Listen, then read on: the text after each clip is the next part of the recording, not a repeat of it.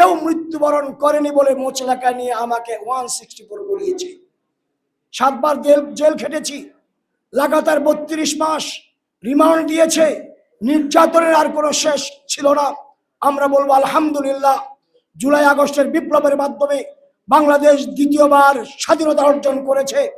শাপলা চত্বরে সেই দিন বেগম খালেদা জিয়া সাবেক প্রধানমন্ত্রী বিএনপির নেতা কর্মীদেরকে হেফাজতে ইসলামের পাশে থাকার জন্য আহ্বান করেছিলেন, কিন্তু বিএনপির নেতা কর্মীরা তাদের নেত্রী এবং হেফাজতের সাথে বড় গাদ্দারি করেছে, কেউ মাঠে আসে নাই। আমরা বলবো এখন অন্তত শাপলা চত্বরের শহীদদের পরিবারের মুখের দিকে তাকিয়ে, আহতদের দিকে তাকিয়ে, শহীদদের এতিম বাচ্চাদের তাকিয়ে, বিধবা স্ত্রীর দিকে তাকিয়ে শাপলা চত্বরের এই মামলার গণহত্যার বিচার করবেন। শেখ হাসিনা সহ যারা পালিয়ে গেছে ওদেরকে গ্রেফতার করে ধরে আনবেন, ফাঁসির রায় কার্যকর করবেন। মতিঝিলের শাপলা চত্বরে খাম্বা গাড়িয়ে ওখানে ফাঁসির রায় কার্যকর করবেন। প্রকাশ্যে দেশের জনগণ তাকিয়ে দেখবে ইনশাআল্লাহ।